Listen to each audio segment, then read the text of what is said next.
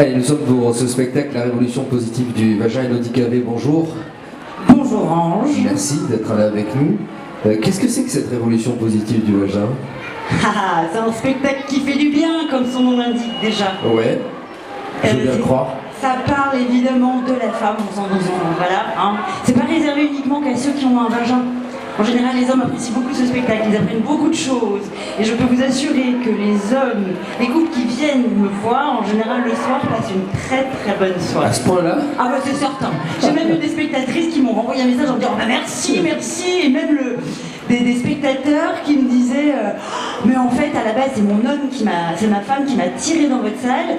J'ai passé un super moment et merci pour les petits. Tant que je vais pas spoiler le spectacle. Non, on va pas le spoiler bien sûr, on va essayer de connaître le contenu. De quoi ça parle finalement? Que de la femme? Oui, soyons honnêtes, ça parle principalement de la femme. En gros, je vais parler de la grossesse, de l'accouchement, je vais parler des menstruations, le tabou ultime, du tampon. Je vais parler de la ménopause, je vais parler de la femme dans le monde. Et alors, tout est dit sans filtre, sans tabou, c'est hyper cru. Quand on parle de la femme, forcément, c'est un petit peu trash. Mais les hommes s'y retrouvent parce que, à travers, je ne sais pas moi, une grossesse, la femme ne va pas vivre sa grossesse seule. Il va assister à la grossesse de sa femme. L'accouchement, c'est pareil la plupart du temps, hormis d'exception. Mais je ne parle pas de l'homme en lui-même. C'est vraiment là, je décortique la femme et le vagin. Ouais. Alors effectivement, à vous entendre, on comprend bien que vous passez par plein d'étapes qui, allez, on va dire, ça, de l'adolescence jusqu'à la femme qui a, je vais dire, 60 ans, approximativement. Comment vous avez eu l'idée d'explorer toutes ces pistes-là Ça ne m'est jamais venu.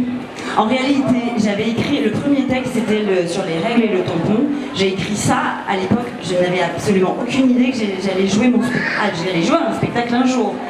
Et là, le prof de cet atelier à l'époque m'avait dit « Ah, tu tiens un super sketch, tu devrais écrire un spectacle. » Moi, je l'ai regardé, à l'époque, ça se faisait pas du tout de parler des menstruations, du tampon, c'était ultra trash, quoi. Il y avait Blanche Gardin n'était pas encore là, Laura Lone avec son humour noir. Moi, quand je faisais des scènes ouvertes avec ça, on me regardait avec des yeux, mais qu'est-ce qu'elle raconte, elle est dingue. Et finalement, j'ai accouché il y a 5 ans et demi, j'ai eu ma première petite fille. Enfin, j'ai qu'une seule fille, mais j'ai 2 enfants. Et j'ai voulu écrire une série sur la maternité, expliquer tout ça. J'ai même pas eu besoin de chercher l'inspiration. Quand on est maman, l'inspiration, elle nous vient tous les jours, dans chaque moment de notre vie en fait. Et puis finalement, moi qui joue en duo, j'ai arrêté de jouer en duo et je me suis dit, les textes que j'ai écrits pour la série, je vais les adapter pour un spectacle. Ce qui fait qu'à aucun moment je me suis dit je vais écrire un texte sur la femme, mais comme je suis une femme et que je vis une expérience de femme au quotidien et de maman, ça s'est fait naturellement, mais j'ai jamais... Et des fois il y a des journalistes sur Montpellier qui me demandent pourquoi vous avez écrit un spectacle féministe. Je n'ai jamais cherché à écrire un spectacle, je me revendique rien du tout, moi je suis en colère de rien, j'ai juste envie de parler de nos expériences. Je sais pas si j'ai répondu à ta question. Oui, complètement. Moi, ma question, à vous entendre, vous dites que le spectacle peut parfois être trash. Cru, ouais. Cru. Mais pourquoi finalement on peut avoir un petit aperçu, une petite phrase qui, pour vous paraît trash on peut faire ça rapidement, un petit truc. Oui. Je ne sais pas, comme ça il y en a cru, le plus cru. Non, pas forcément le plus cru, mais pourquoi vous pensez que ce spectacle peut être trash finalement? Moi je dirais plutôt cru, alors trash. Pourquoi? Parce que moi déjà naturellement je suis très cru et assez trash. Dans le vocabulaire. Mais oui. Mon père m'a biberonné, depuis que je suis toute petite, mon père m'a biberonné à l'humour des grosses têtes. Quand j'étais limite au primaire, j'allais raconter des blagues cochonnes à l'époque. Ma mère était là, mais t'as dit ça, non mais t'as pas dit ça, je disais pourquoi, c'est drôle. Oui mais bon quand même, j'étais dans un établissement privé à l'époque, ça se faisait pas du tout. C'est une catastrophe, donc je me suis jamais rendu compte de rien. Je me suis jamais dit tiens je vais écrire du cru et du trash, je suis comme ça.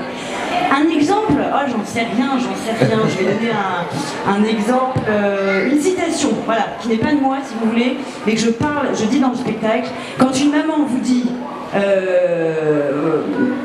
quand une maman vous dit que son... Enfin si ça c'est moi, toutes les mamans vont s'y retrouver. Faudra faire attention, quand une maman vous dit que son enfant a vraiment du caractère, c'est une manière élégante de nous dire que la plupart du temps il lui brise sévère les ovaires. D'accord. D'ailleurs, si tu entends une maman te dire que son enfant a vraiment beaucoup de caractère, entends bien par là, hein, je te fais le sous-titre, quelle idée j'ai eu de m'en produire ce jour-là, si j'avais su, je l'aurais avalé. Voilà. D'accord, je comprends bien. Cru. Ouais, oui, c'est un petit peu les cru. Les mamans qui trouvent moi, elles sont toutes d'accord. Ouais, c'est vrai, c'est vrai. Et là, on entend des enfants qui disent ah non, maman, elle a dit que j'avais du caractère. Ça veut dire quoi, avaler? Oh, tu demanderas à maman. Donc, d'accord, finalement, c'est un mode de communication enfin, moi, je trouve ça pas particulièrement trash. Hein. Après, voilà. Mais je suis tout à fait d'accord avec toi. Pour moi, c'est un mode de communication qui peut justement aider à faire passer des messages, même si c'est pas forcément, comme vous le dites, un spectacle féministe, c'est un spectacle qui parle de la femme. Qui parle de la femme, absolument, de la maman aussi, mais il est cru, parce que quand on parle des ménopauses, une femme qui vit sa ménopause, elle a des... Et je ne mets pas de filtre, je ne mets pas de tabou, je décris le pire de ce qui peut nous arriver quand on est en pleine ménopause. Hein, on a des fuites de partout, voilà, Ouais, bien sûr. Oui, c'est cru, je préfère le dire. Cru. Si on n'aime pas le cru, ça oui, bien sûr. Est-ce que vous auriez pu écrire ce spectacle pour l'homme ou pas? Alors, moi, comme je m'inspire, j'écris, je parle de mes expériences. Tout ce qui est dans le spectacle est 100% inspiré de faits réels. Ok, tout ne m'est pas forcément arrivé à moi, mais c'est au moins arrivé à une copine proche, ou à ma mère, ou à une amie de ma mère, en fait. Ce qui fait que, comme j'étais très attentive, moi, même la ménopause, j'y suis pas encore, mais ça m'arrivera, donc je suis très à l'écoute. Si vous me parlez de vos problèmes de prostate, j'avoue... On se sent forcément un petit peu moins concerné, ou en tout cas... Oui, mais j'ai peut-être, hein, et alors il y a beaucoup de comment dire, ça pousse un spectacle, je suis convaincue que suivant l'angle de vue que l'on a dans la vie, on peut être heureux. Vraiment. Mais j'en suis archi convaincue. Et du coup, je distille énormément de joie de vivre, de bonheur et d'optimisme dans ce spectacle. C'est pas pour rien que ça s'appelle la révolution positive du vagin. Je ne veux pas qu'on me victimise, même si je vis des moments... Moi, tu vois, juste avant le spectacle, j'ai perdu mon papa juste avant d'accoucher. Et grâce à ce point de vue, cet optimisme, ça m'a permis de surmonter et même dans des drames, on peut... En fait, j'ai envie que tout le monde soit heureux et je suis convaincue qu'il y a des petites clés du bonheur. Donc je les distille aussi un petit peu dans le spectacle. Mais on sent bien à vous entendre ce côté hyper positif. Ah oui. Et finalement, alors après ça c'est peut-être mon point de vue pour le coup, mais je pense qu'au-delà du contenu que vous défendez, il y a aussi cette volonté de dire finalement tout n'est que positif. À partir du moment où on se positionne avec le meilleur angle de vue possible. C'est comme ça? Oui, alors tout n'est que positif. Je sais pas, en tout cas, il y a une phrase de Sénèque qui dit le bonheur, c'est pas attendre que la pluie s'arrête, c'est apprendre à danser sous la pluie. Ouais. Donc, non, quand j'ai perdu mon papa, c'était pas quelque chose de positif. Bien sûr. Mais soit on décide de sombrer, soit on se dit, punaise, la vie, elle est pas belle la vie quand même, par respect aussi pour lui qui est parti là-haut, qui va plus pouvoir en profiter, j'ai pas le droit de je dois garder mon sourire, je dois continuer à croquer la vie, on peut réaliser nos rêves, faut garder son âme d'enfant toute notre vie en fait. Bien sûr, même quand on a des choses pas très drôles. Et quand vous êtes sur scène, c'est un petit peu aussi ce qui vous raccroche à cette âme d'enfant? Non mais moi comme je suis sur scène, je suis complètement déconnectée, on a l'impression que je suis droguée. Il y en a qui me disent mais vous prenez quoi? Moi je prends rien, moi j'ai besoin de rien prendre, peut-être que ça me rendrait normal de... Sur pile en permanence? Ah oui, moi boule d'énergie? Oui, ouais, sur scène, j'adore les gens en plus. Vous imaginez pendant le festival, on me dit, oh, tu vas voir Elodie, tu vas être obligée d'aller tracter, d'aller voir les gens. Génial, mais j'adore, moi j'en fais des câlins, faut faire des câlins. Ouais. Moi je leur dis, ça développe l'ocytocine, et donc du coup les défenses immunitaires, moi j'ai pas besoin d'avoir des compléments alimentaires, moi je fais des câlins aux gens. Donc je suis ravie, moi je suis aux anges là dans ce festival d'Avignon. C'est donc un seul en scène, on est bien d'accord. Ce spectacle que vous avez écrit, je suppose, de A à Z. Oui. Est-ce que tous les soirs vous vous laissez surprendre par des réactions dans le public? Est-ce que vous vous laissez une petite marge de manœuvre pour aller un petit peu vers l'improvisation? Je veux dire par là, est-ce qu'on est dans un mode pas de stand-up complet, mais voilà, est-ce que vous vous autorisez comme ça des petits écarts? En fait, moi j'alterne sketch de personnages et stand-up où je m'adresse directement au public. Mais je ne suis jamais figée derrière un micro, je n'arrête pas de bouger, je montre un tampon d'ailleurs, je suis tout le temps en mouvement et j'ai besoin de parler au public, donc je vais dans le public, je n'ai jamais de vanne méchante. Même s'il y a des fois, une fois je me rappellerai toujours à Montpellier, j'avais une spectatrice qui était complètement bourrée, ce serait écrit dans le café du commerce. Et en fait elle était là, et sinon, et à un moment donné j'allais me dire, mais ferme ta gueule, ou alors monte sur scène si tu veux, mais prends ma place. laisse-moi travailler quoi, ça se voit pas que je travaille là. Mais jamais méchante. Donc du coup, et je m'adresse beaucoup aux hommes en fait. Et aux chauves. Ah bah, je rends hommage aux hommes qui n'ont plus un poil sur le cul comme toi, car mon chéri n'en a plus un, et j'explique en quoi vous êtes des hommes généreux. C'est vrai? Absolument. Bah, écoutez, bon, je demanderai à mon entourage pour voir s'il confirme, s'il y a peut-être un lien, je sais pas. Ah mais c'est sûr, bah tiens, dans mon spectacle, tu sauras pourquoi. Ben ouais. Mais je parle beaucoup et j'improvise beaucoup avec le public. Et un peu moins à Avignon, parce qu'on a moins de temps de... Ouais, ben justement par rapport à ça, c'est un spectacle que vous tournez depuis combien de temps? Ça fait pas longtemps que je tourne, en fait j'ai commencé, j'ai accouché de ce spectacle, sans mauvais jeu de mots, en juin 2017. J'avais joué à la première Avignon d'ailleurs, c'est marrant. Et je suis tombée enceinte en mois de septembre, une grossesse, bon bah voilà. Petite pause. Pas forcément très... Oui, puis des problèmes de santé, bon, bref. Et puis du coup, juste après avoir accouché, j'ai un théâtre à Montpellier qui m'a appelé, qui m'a dit on a entendu parler de toi, on aimerait bien te programmer à la rentrée. Et à la base j'avais 5 samedis au mois d'octobre, 5 mardis, et en fait j'ai fait que des complets, donc en fait ils m'ont prolongé. Et j'ai jusqu'au mois de juin finalement où j'ai rempli à chaque fois ma salle, quelle surprise. Et puis du coup me voilà aujourd'hui à Avignon. Ça va très vite avec ce spectacle, j'ai été très très bien reçue par le public à Montpellier. Ça a eu un bouche-oreille énorme. Je pensais jamais à être prolongée et de remplir mes salles encore toute une année. Et la presse, la presse ils ont été adorables avec moi à Montpellier. Oh, les petits cœurs, je te le dis. Bon, c'est génial, vous avez aussi un peu l'impression quand on arrive à cette phase-là d'un spectacle, que quelque part il vous échappe un peu, que le public s'en approprie, que... Je sais pas s'il m'échappe, c'est un sujet où j'ai l'impression que je suis bien dedans. Ouais, vous avez envie de le garder?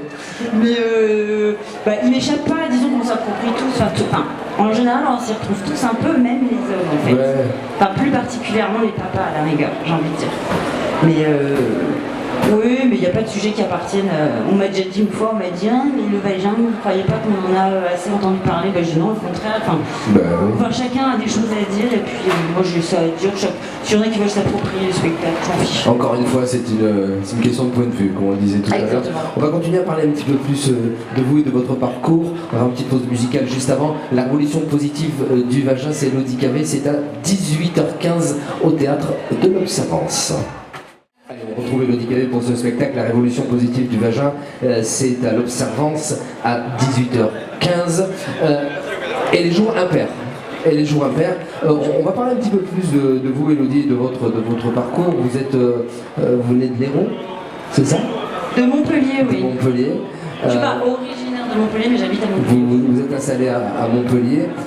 Vous avez toujours fait du seul en scène? Quel a été votre parcours artistique? Pas du tout. Non, j'ai pas toujours fait du seul en scène. Vous parliez de duo tout à l'heure, c'est ça? Oui, alors en fait, à partir de 2012,